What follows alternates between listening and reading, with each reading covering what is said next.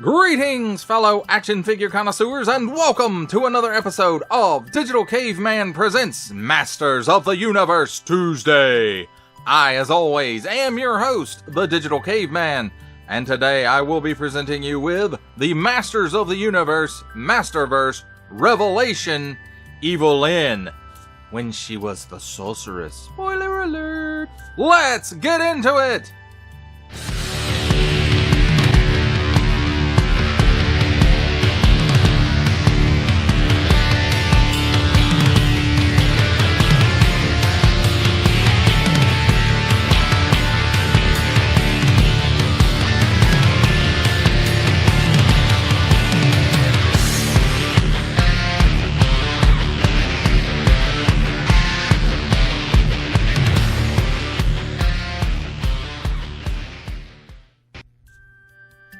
Let's begin with a look at the evil packaging. Okay, it's not so evil, but the contents might be. Let's take a look here at the top. 30 points of articulation and a barcode. Masterverse. And that nice cracky, scrolly, symbly artwork on the packaging of Masterverse figures that we have come to expect. 6 and up. Netflix original. Nice big window showcasing Evil-Lyn as the evil sorceress. And her accessories. Masters of the Universe Revelation Evil-Lyn Mattel. On the bottom, small print, fine print, legalese print, made in Vietnam print, mattelshop.com print, contents, 1 figure, accessories, a question mark, some numbers, and a barcode. On this side, Evil-Lyn, evil sorceress of Castle Grayskull. And on this side, some fabulous artwork of Evil-Lyn in all of her evilness. And on the back, some more evilly artwork of Evil-Lyn being evil. And also invoking the spirit of the bat. Unfortunately for her, Batman doesn't like evil. Just kidding. Wrong universe. Evil-Lyn, evil sorceress of Castle Grayskull. Of all of Skeletor's evil warriors, there's nobody he relies on more than Evil-Lyn. She was instrumental in his quest to destroy He-Man and steal the power of Grayskull. For her service, Skeletor named her the new sorceress of Castle Grayskull. This gift, however, comes with a curse. As sorceress, Evil-Lyn is bound to a castle, making her its and Skeletor's prisoner. And here is the cross sale of the rest of the wave. This figure, Revelation Evil-Lyn, Princess of Power Frosta, Revelation Roboto, and New Eternia Stratos. Also available, each sold separately, subject to availability. Colors and decorations may vary. Mattel, empowering the next generation to play. And recycled stuff. That, my friends, is a look at the packaging. Let's take a look at the figure and her accessories. And here we have handy dandy tweezers, so we can take a look at her hands. And nothing new here. We've seen these casting hands ever since that first Evil-Lyn. However, these are decoed up just a bit. In fact, I think this is retooled to have this piece right here on it. That's cool. And then, of course, she does have her black painted fingernails.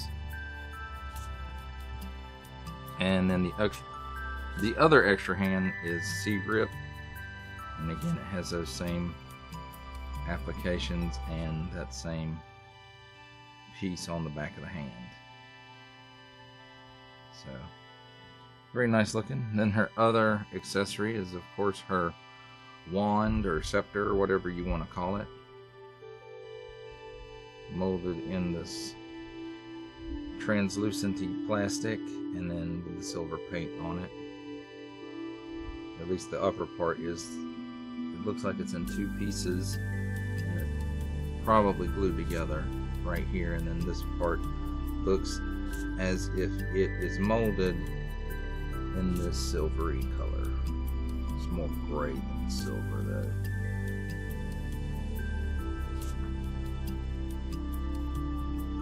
Now let's take a look at the figure herself. And I have to say, that looks completely, like, totally awesome. The bat headdress, and then the paint on the face, and just nice paint apps all around on the head. Then the headdress goes way down to, let me see, about right here, about where this ends. And this piece is removable, and it doesn't like peg in, but it kind of snaps in around the edges of the headdress here, which is how it's designed. And I'm not going to take it off because I've got these elastic bands that are attached to the cape on the arms that hold it in position when you move it around. And I probably should have waited till I did her articulation in order to put those on, but I didn't. So nice paint apps throughout the figure. Not a whole lot of sculpted detail going on. This is an overlay piece. It looks like just, well, no, I don't think it, well, maybe it is. It's hard to tell. It looks like it's one piece with the crotch section, but then as it goes further back, it looks like there's a piece glued onto it for this flap. But I mean, just this figure's covered in paint apps. I think it's probably molded in the black plastic, and then everything else that you see is a paint app. But I could be wrong. They could have splurged on the paint apps and molded it in the flesh tone. But I don't believe that's the case. I can see a lot of imperfections in the plastic itself, though, which is kind of a bummer, because this is such a great looking figure. Excuse me. Let's talk about her articulation. She can't look up. She can't look down. She can turn her head just a little bit either way. Mostly, well, I want to say due to this, but it's not really due to this as much as it is the headdress going down her back. No waggle to speak of, really, and no chicken neck either. So no parties going on in Grayskull, while Evil-Lyn is the sorceress. At the shoulders, this does get in the way a little bit, but she will give you better than a 90-degree angle upwards. The arm will do a full 360-degree of rotation, but because of the cape, it will get all caught up. Also, there's a cut here at the upper bicep, and it gives you 360 degrees of rotation as well. Double hinged pinless elbow.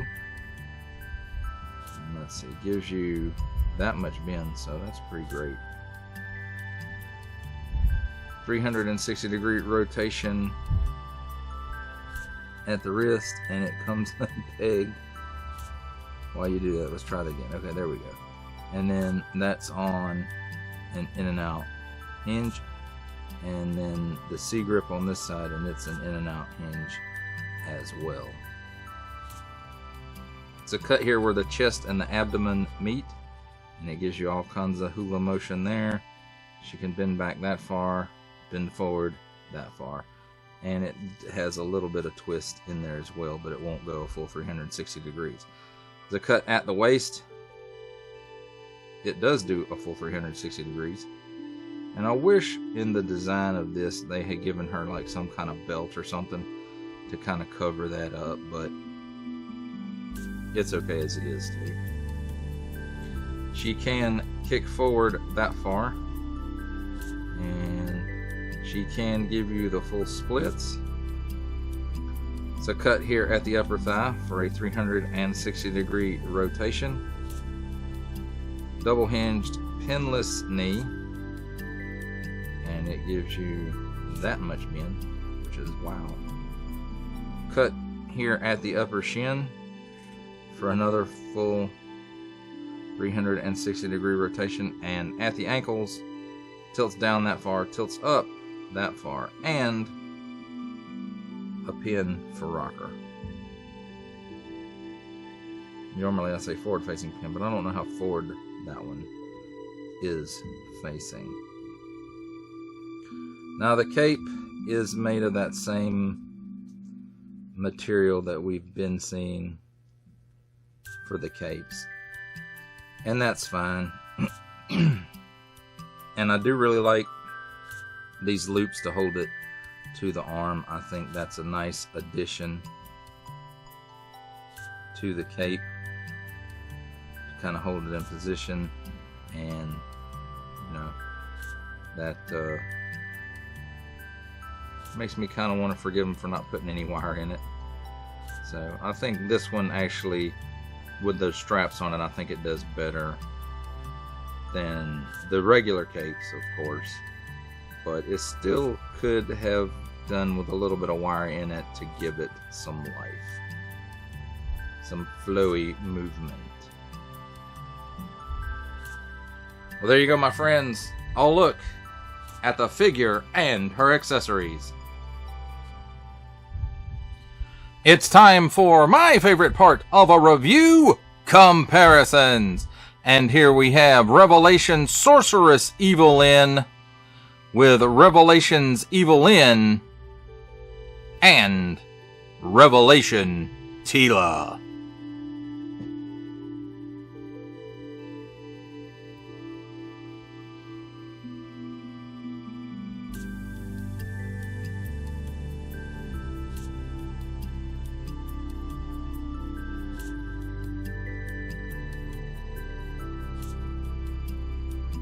Here's Revelation Sorceress Evil-Lyn with Revelation Captain of the Guard Teela, of whom share parts from the hips to the boot cut. The legs are the same, except for Teela's overlay, of course. And then we have Revelation Andra on the end there.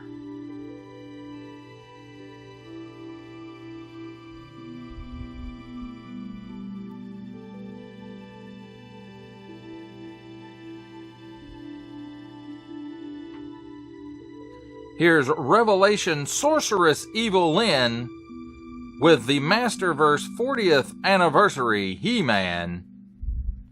And to see how she starts comparing up with other lines, from the Marvel Legends series, making his cameo appearance, we have Stan the Man Lee.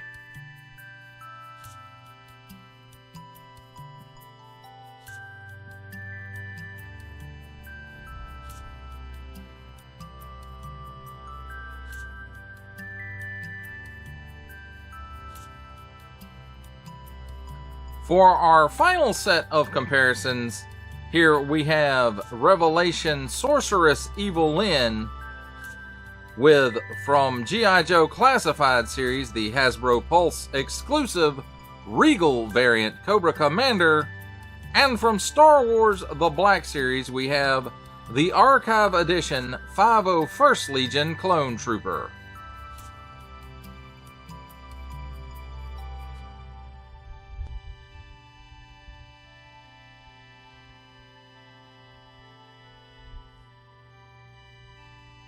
For final thoughts on the Masters of the Universe Masterverse Revelation Sorceress Evil-Lyn, I have to say this is a really nice looking figure, and although she's light on the accessories, she's heavy on the paint apps. And the paint apps really go a long way to making this figure look really good. I do like the shoulder piece. I do like the new head sculpt with the bat hat, I guess you could call it, and the shoulder fur and the cape with the elastic loops that go around the arm. I think that was really well done, and in this case, I can say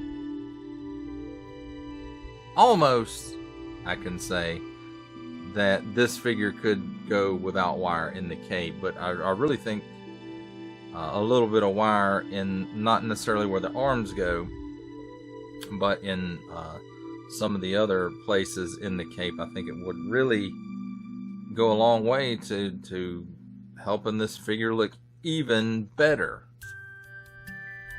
But that's my opinion. Your mileage, of course, may vary. Now, no matter how you feel about the Revelation show and Kevin Smith's hand and all that, how much he actually had to do it, whatever. However you feel about that, this is a great looking figure. And this really, I think, is what Evil-Lyn, because of her personality and her darkness, if she were to get the powers of the sorceress, you know, she would take on the attributes of a bat-like creature. Or not necessarily attributes, but, you know, she would take attributes from that and make them part of her wardrobe, I guess you could say. But regardless of what I'm trying to say, it's a great looking figure. That's the bottom line. That does it for the review. I hope you enjoyed it. I enjoyed making it. Only support from viewers like you make this programming possible. Each view does count, and I do appreciate each and every single view that I receive. Thank you, and thank you so very, very much for supporting this channel through viewing. Comment below, like, share, subscribe if you'd like to see more reviews, or just to help the channel out further, or both, that's even better. And don't forget to ding that bell so that in the future you will be notified as my new content becomes available. That's a wrap, folks. I'll see you next time.